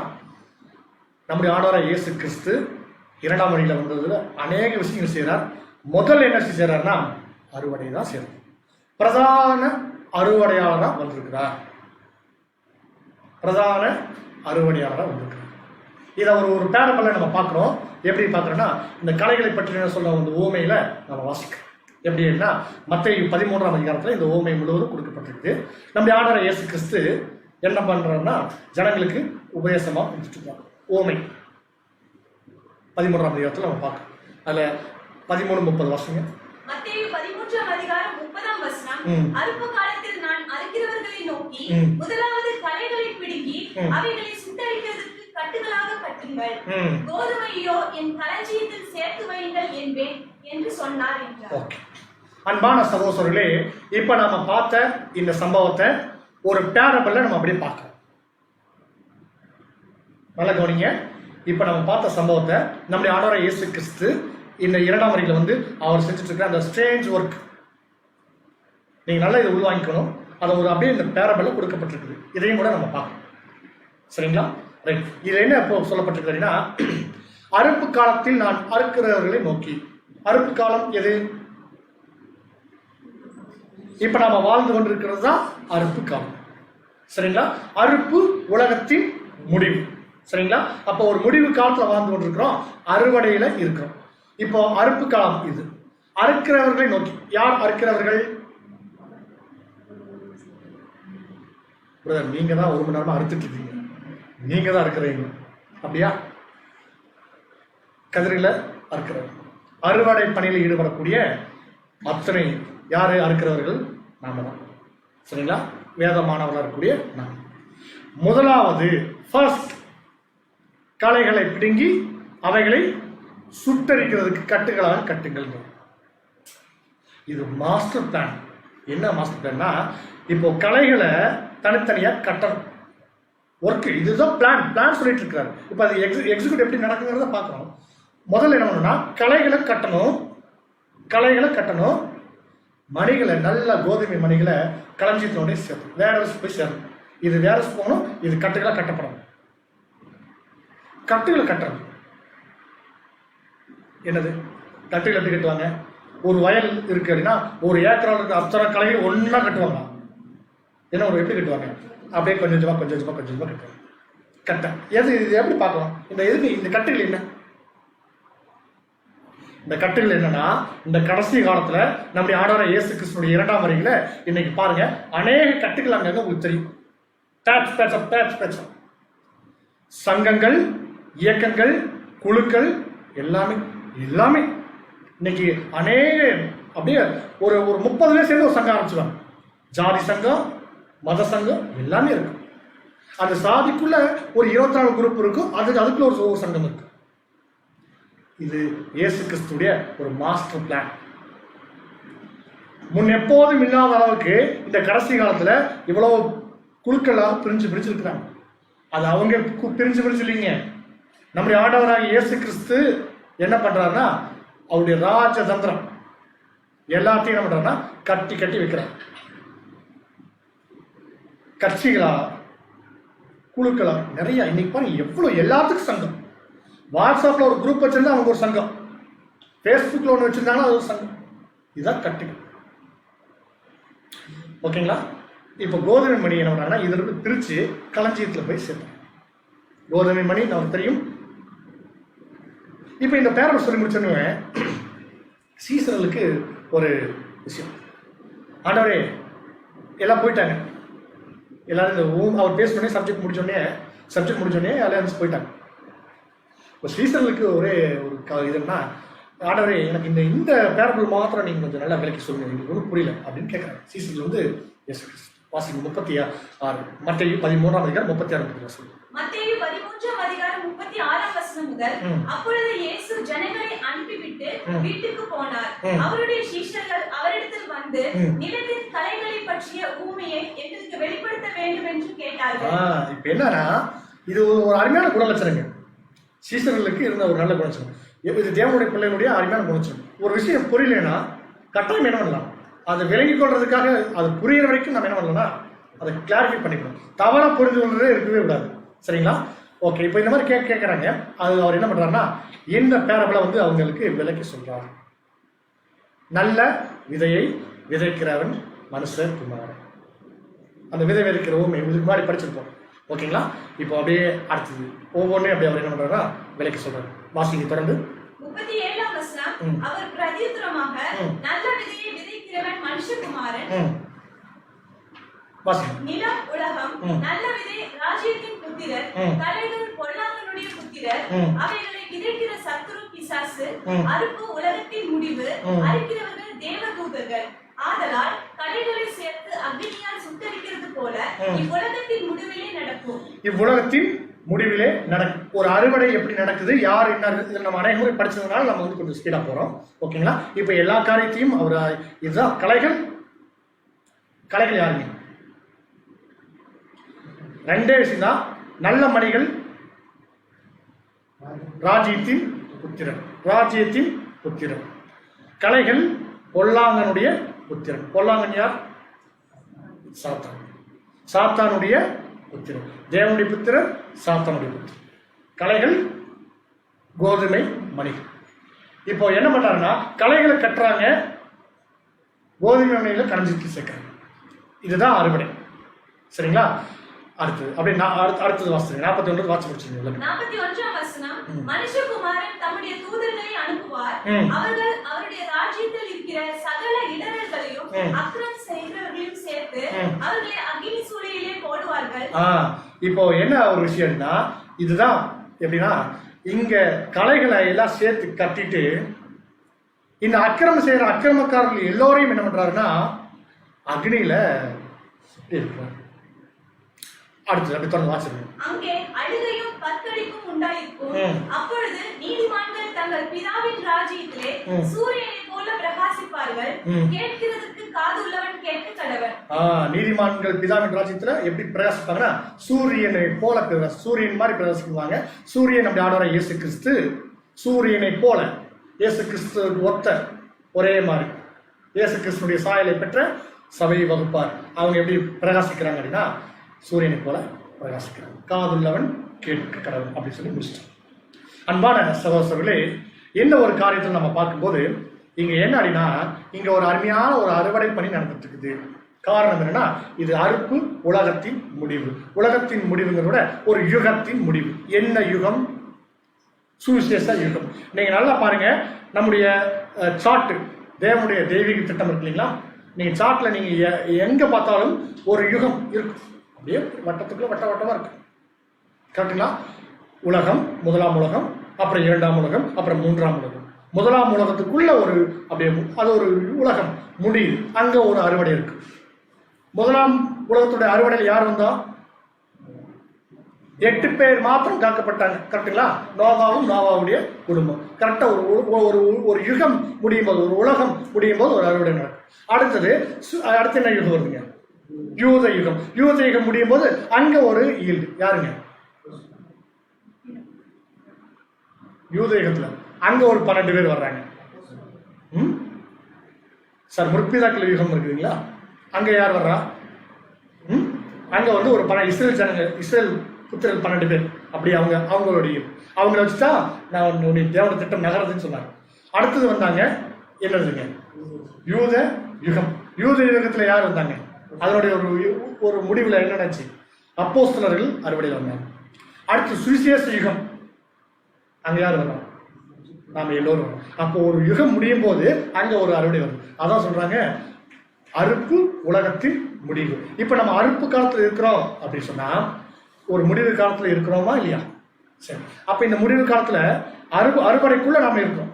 எப்படி இருக்கிறோம்? ஒரு பிரதான அறுவடையாளனோட கூட அறுக்கிறவர்களா நிற்கிறோம். அறுவடை பணி செய்யற ஒரு ஊழியக்காரரா நிற்கிறோம். இன்னொரு இடத்துல என்னவா இருக்கணும்னா நாமளே அங்க என்னவா இருக்கணும்னா நல்ல மணிகளாகவும் இருக்கிறோம். ஓகேங்களா? ஆனா பொல்லாங்கனுடைய புத்திரரும் அங்க இருக்கிறாங்க, கலைகளா இருக்கு. இப்ப என்ன பிரச்சனைனா மணி கலை 2 இருக்கு. கலைகளை கட்டுறாங்க.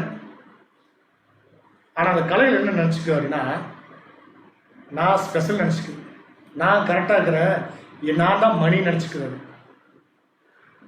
கட்டிடுச்சு. மணிகள் அப்படியே எப்படி இருக்குன்னா நீங்க நல்லா பாருங்க, ஒரு வயல்ல எப்படி இருக்குன்னா நல்ல மணிகள் வந்து நல்ல ஸ்டஃப் இருக்கு.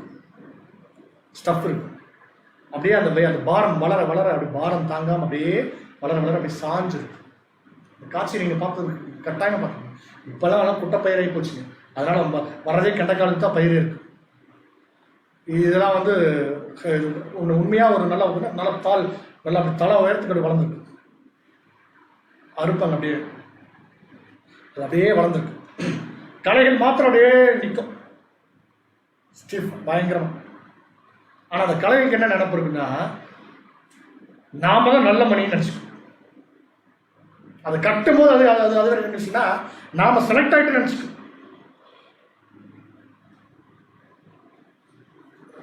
இங்க தேவைகள் என்ன எப்படி இருக்குது? தேவைகள் எப்படி இருக்குது அப்படின்னா இங்க தேவனுடைய பிளான் என்ன இருக்கு?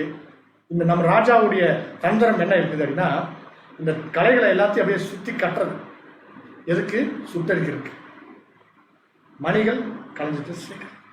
அன்பான சகோதர சகோதரர்களே, நம்ம புரிஞ்சு கொள்ள வேண்டிய நினைவில் வச்சுக்கொள்ள வேண்டிய விஷயம் என்னன்னு கேட்டீங்கன்னா இப்ப நம்ம இங்க மணிகளா போய் சேரணும். அதுல முக்கியமா நம்ம செய்ய வேண்டிய இந்த தந்திரமான ஒரு விஷயத்துக்கு நம்ம செய்ய வேண்டியது என்னன்னா அறுவடை பணி. ஒருவேளை மகிமை அடைஞ்ச சபை எப்படி இருக்கிறாங்கன்னா யோனதாப்பா அவர் கூடவே இருக்கிறாங்க. மாமேஸ்வரர் இருந்தோம்னா அவர் ராஜா சொல்றதை எகு சொல்றதை கேட்டு செய்யற அந்த 80 பேரா நம்ம இருப்போம். உள்ள போது விட்டணும். பாகாலுக்கு பலி செலுத்துறதுக்கு வந்த பாகாலுடைய தீர்க்கதரிசிகள், பாகாலுடைய ஊழியக்காரர்கள், பாகாலுடைய ஆசாரிகளை வெட்டணும். ஆனா நம்ம என்ன பண்ணிடுறோம்னா கத்தி கையில் எடுத்தோடனே மாத்தி வெட்டிடுறோம்.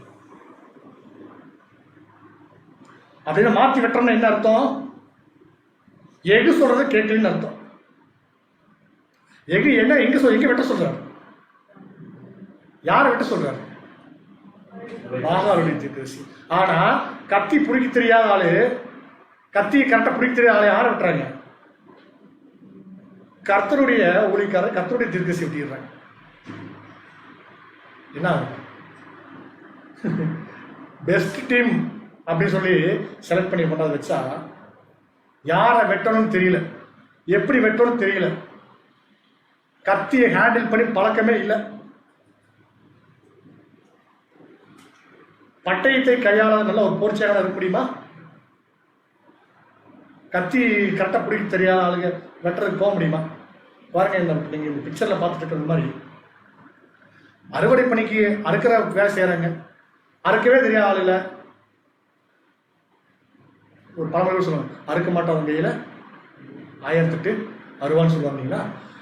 எத்தனை இங்க அருவாள் எதுக்கு, பட்டயம் எதுக்கு அடையாளம் சொல்லப்படுதுங்க? சத்தியம் பைபிள். நீங்க எத்தனை பைபிள் வேணா யூஸ் பண்ணுங்க, அதை கரெக்டாக ஹேண்டில் பண்ண தெரியலன்னா என்ன பண்ண முடியும்? நீங்க எத்தனை டிரான்ஸ்லேஷனும் வைங்க, எவ்வளவு பைபிளும் வைங்க. லேப்டாப்ல பாருங்க, டேப்ல படிங்க, செல்போன்ல படிங்க, பைபிள் விதவிதமா வாங்கி வேற வேற டிரான்ஸ்லேட் படிங்க, திருவிழத்தில் படிங்க, இங்கிலீஷ் ஸ்டேஷன் படிங்க, ரோதர் காலம் படிங்க, சொல்லோவியத்தில் படிங்க. கரெக்டா படிக்கிறதுலாம் என்ன பிரயோஜனம் இருக்கா? ஏன் இங்க யாரை வெட்டணும்னே தெரியல. அதான் எனக்கு பிரச்சனையே இருக்கு. அப்ப நல்ல நல்ல வெட்டத்தில் நம்ம அந்த அறுவடை பண்ணி நம்ம வச்சுக்கலாம், தோட்டத்துக்காரர் வச்சுக்கலாம், நிலத்தின் உரிமையாளர் நம்ம வேலை கேட்பாரு. அப்ப என்ன பண்ண மாட்டான்? சரியா வெட்ட தெரியலனா பாப்பார் அப்படியே 10 பேர் நின்று வெட்டிட்டு இருக்காங்களா? ஒருத்தர் சும்மா வெட்ட தெரியாம எதை வெட்ட தெரியாம வெட்டிட்டு இருக்காங்களா? களைகளை கட்டணும், நெல்மணிகளை அறுத்து அப்படி கலந்து சேர்க்கணும், இதான் வேலை, இதான் பிளான். அப்ப பிளான் பண்ணி நடக்குதா அப்படின்னு பாக்குறாங்க. இல்ல அப்படியே என்ன பண்றாரு? பாப்பா அப்படி ஓரமா போய் நில்லு, அதான் செய்வாங்க. அதான் இந்த அறுவடை பணி உண்மையாகவே நம்ம தேவன் நம்ம கொடுத்துக்கூடிய மிகப்பெரிய ஒரு கிருபை. அதான் நம்ம செய்யணும். ஒரு வசனத்தில் நாம பார்க்கிறோம், இதுதான் தேவன் இன்னைக்கு என்ன செஞ்சுட்டு இருக்காருன்னா, இப்போ இங்க நெற்றிகளை முத்திரை போடுற விஷயம் செஞ்சுட்டு இருக்காரு. வெளிப்படுத்தலாகவும் 7ஆம் அதிகாரம் 3ஆம் வசனம். வெளிப்படுத்தல் 7ஆம் அதிகாரம் 3ஆம் வசனம். நாம் நமது தேவனுடைய ஊழியக்காரரின் நெற்றிகளில் முத்திரை போட்டு தீருமளவும் பூமியையும் சமுத்திரத்தையும் மரங்களையும் சேதப்படுத்தாதீர்கள் என்று மகா சத்தமிட்டு கூப்பிட்டான். ஆமாங்க. இப்ப என்னன்னா முத்திரை போட்டு தீருமளவும், இங்க செலக்ஷன் முடிகிற வரைக்கும் பூமியை, சமுத்திரத்தை, மரங்களை சேதப்படுத்தாதீர்கள் ஒரு கட்டளை உட்பட்டுச்சு. இந்த ஆணை கிடைச்ச உடனே இந்த கட்டளை வந்தாச்சுன்னா இது என்னது? பூமி, சமுத்திரம், மரம் இதெல்லாம் அடைய முறை நம்ம படிச்சுக்கிறோம். அதனாலதான் உங்களுக்கு நான் சுருக்கமாக பார்த்து சொல்லிக்கணும். பூமி எதை அடையாளப்படுத்தும்? பூமி ஆர்கனைஸ்டு செட்டம், கரெக்டுங்களா? ஒரு ஒழுங்கான ஒரு இடத்த சொல்லலாம். சமுத்திரம் ஒரு ஒழுங்கற்ற நிலைமை, அன்ஆர்கனைஸ்டு சிஸ்டம். மரம் நீதிமான், தேவனுடைய பிள்ளைகள். இப்ப இவங்க இந்த பூமி, சமுத்திரம் இதுதான் அழிஞ்சு புதிய பூமியில வரப்போகுது. அதுக்குள்ள இங்க யாரும் இருக்கிறாங்கன்னா மரங்களும் இருக்குது. அங்க என்ன பண்ணக்கூடாதுன்னா மரங்களும் சேதப்படுத்தாத இருக்கணும். மரங்களை சேதப்படுத்தினா யார் கிளாஸ்? அதுதான் எதை அந்த அறுவடை அப்படின்னா, அறுவடையில ஈடுபடுறோம் அப்படின்னா அது எப்படி செய்யணுமோ அந்த வேலையை கத்துக்கிட்டு அது செய்யணுங்கிறத ரொம்ப முக்கியமான விஷயம். அப்போ அவருடைய அந்த ஸ்ட்ரேஞ்ச் ஒர்க்குள்ள எந்த விஷயத்தையும் இருக்கு. நல்லா ஒர்க் பண்றவங்கள கூட வச்சுக்கிறாங்க. நல்ல பெஸ்ட் டீமா நல்லா ஒர்க் பண்றவங்களா, நல்லா அறுவடை செய்யறவங்களா, வா நீ என் கூட வா. அவருடைய வாகனத்தை ஏற்றிட்டு போறாரு, ரதத்துல கூட ஏற்றிட்டு போய் அந்த வேலை செய்ய வைக்கிறார்.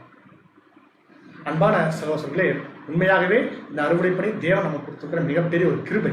இது கிருபையின் வரம். வரங்களில் வித்தியாசம் உண்டு, அது வேற. ஆனா இந்த வரங்களை நம்ம பெற்றுக்கொண்ட நாம இதுதான் இன்னைக்கு நீ பாருங்க எப்படி சொல்றாங்க அப்படின்னா, எப்படி உழுதுண்டு வாழ்வாரே வாழ்வார் மற்றவர்களெல்லாம் தொழுதுண்டு பின் செல்வார். ஒரு உலகத்தான் சொல்லி வச்சுக்கிற ஒரு விஷயம். எப்படி இன்னைக்கு இந்த உழவு பணி செய்யறவங்க தான் இன்னைக்கு எல்லாருக்கும் ஒண்ணு என்ன பண்ணுங்க, அது அவங்கதான் ஊருக்கே சாப்பாடு போடுறாங்கன்னு சொல்றாங்க. அவங்கள தான் நீங்க என்ன பண்ணணும், அவங்கள தொழுதுண்டு பின்னாடி செல்லுங்கிறாங்க.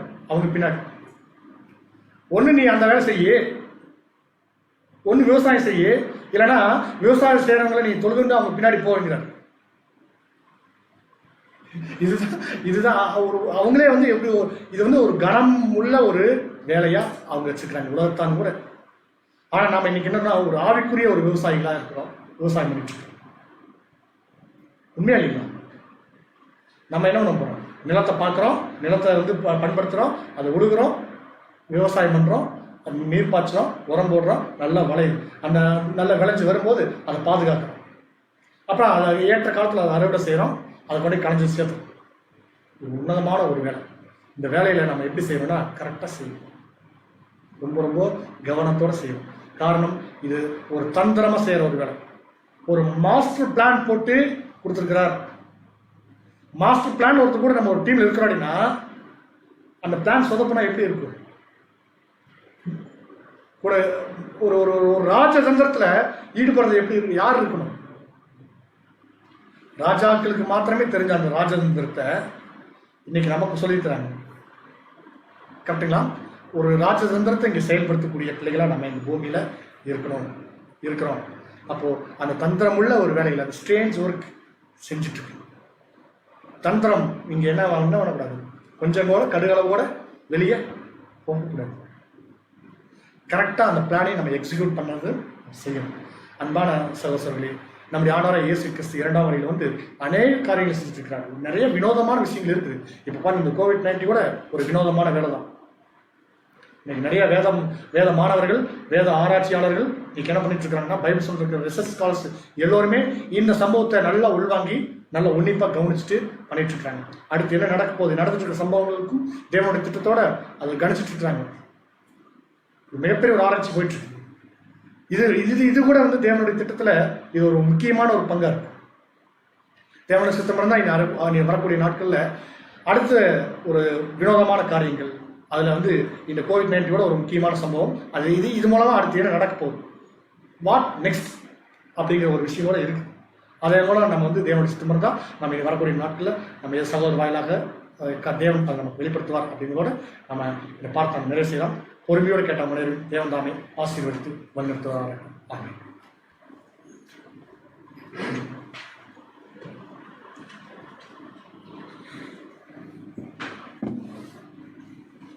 அன்புக்குரிய சகோதர சகோதரிகளே, நம்முடைய ஆண்டவராக இயேசு கிறிஸ்துவின் 2ஆம் வருகையின் ஒரு முக்கியமான வேலையை நம்முடைய அன்பு சகோதரர் ஒரு நிழல் பொருள் பாடத்தின் மூலம் நமக்கு வந்து இன்னைக்கு கொடுத்தார். ஸோ அதில் வந்து பார்த்தீங்கன்னா, எகுடைய ஊழியக்காரர்கள் மாதிரி இன்னைக்கு நம்முடைய ஆண்டவராக இயேசு கிறிஸ்து 2ஆம் வருகையில் வந்ததுக்கப்புறம் அவருக்கு ஊழியக்காரர்கள் இருக்கிறாங்க. அந்த ஊழியக்காரர்கள் என்ன ஊழியம் செஞ்சுட்டு இருக்கிறாங்க அப்படிங்கிற சொன்னாங்க. அந்த ஊழியம் தான் அறுவடை. ஸோ அறுவடை செய்கிறவங்களுக்கு கையில் என்ன இருக்கணும்னா அறுவாள் இருக்கணும், பட்டயம் இருக்கணும். அப்போ அறுவடை செய்யக்கூடிய நம்ம கையில் தான் தேவன் இன்னைக்கு என்ன கொடுத்துருக்காருன்னா பட்டயம் கொடுத்துருக்காரு. பட்டயங்கிறது வேற ஒன்றும் இல்லை, வசனம். அந்த பட்டயத்தை கொடுத்துட்டு அதை டெய்லி பார்த்தீங்கன்னா நமக்கு பட்டை தீட்டிட்டு இருக்காரு. அப்படிதான் சொல்லணும். எதுக்கு? நல்லா இருக்கிறதுக்கு. எதை இருக்கிறதுக்குங்கிறது ரொம்ப முக்கியம். அதையும் சகோதரர் சொன்னார் சப்ஜெக்ட்ல. எதை இருக்கணும், நம்ம கலையை இருக்கணும் அப்படிங்கிறதுக்காக அநேக சத்தியங்களை தேவன் நமக்கு வந்து கொடுத்துட்டு வராரு. ஸோ இயேசு கிறிஸ்து 2ஆம் வருகையில் வந்த அந்த 1874ஆம் வருஷத்துலேருந்து அறுவடையின் காலம் அப்படிங்கிறத நம்ம வந்து தெளிவாக தெரிஞ்சுக்கிறோம். அந்த அறுவடையின் காலத்தில் நம்ம அறுப்புடைய வேலையை செய்வதற்கு தேவன் ஒரு வாய்ப்பு கொடுத்துருந்தாரு. இப்போ கொஞ்ச நாள் அந்த பட்டத்தீட்டுற வேலையை செய்யறதுக்கு தான் கொஞ்சம் டைம் ஒதுக்கி நமக்கு நிறைய சத்தியங்களை கொடுத்து நம்ம எந்த அளவுக்கு போய் நாளைக்கு ஃப்யூச்சரில் ஒர்க் பண்ண போகிறோம் தேவனுக்கு சித்தமாக இருந்தால் பாபிலோன் மத்தியில் அப்படிங்கிறதுக்காக அருமையான வார்த்தைகளை வந்து அவர் கொடுத்துட்டு வர்றாரு. ஒவ்வொரு சகோதரர் மூலமாக எல்லா சகோதரர்களுக்கும் நம்ம கிறிஸ்துவுக்கான அன்பின் வாழ்த்துக்களை தெரிவித்துக் கொள்ளலாம். இந்த சத்தியத்தை கொடுத்த தேவனுக்கும் நம்முடைய அன்பு சகோதரருக்கும் நாம் நன்றியை தெரிவித்துக் கொள்ளலாம். இன்றைய நாளுக்குரிய இரவின் இனிய கீதங்கள் வாசிக்கும்படியாக அன்பு சகோதரர் வினோத் பாபு அவர்களை அனைவர் சார்பாகவும் அன்புடன் அழைக்கிறேன்.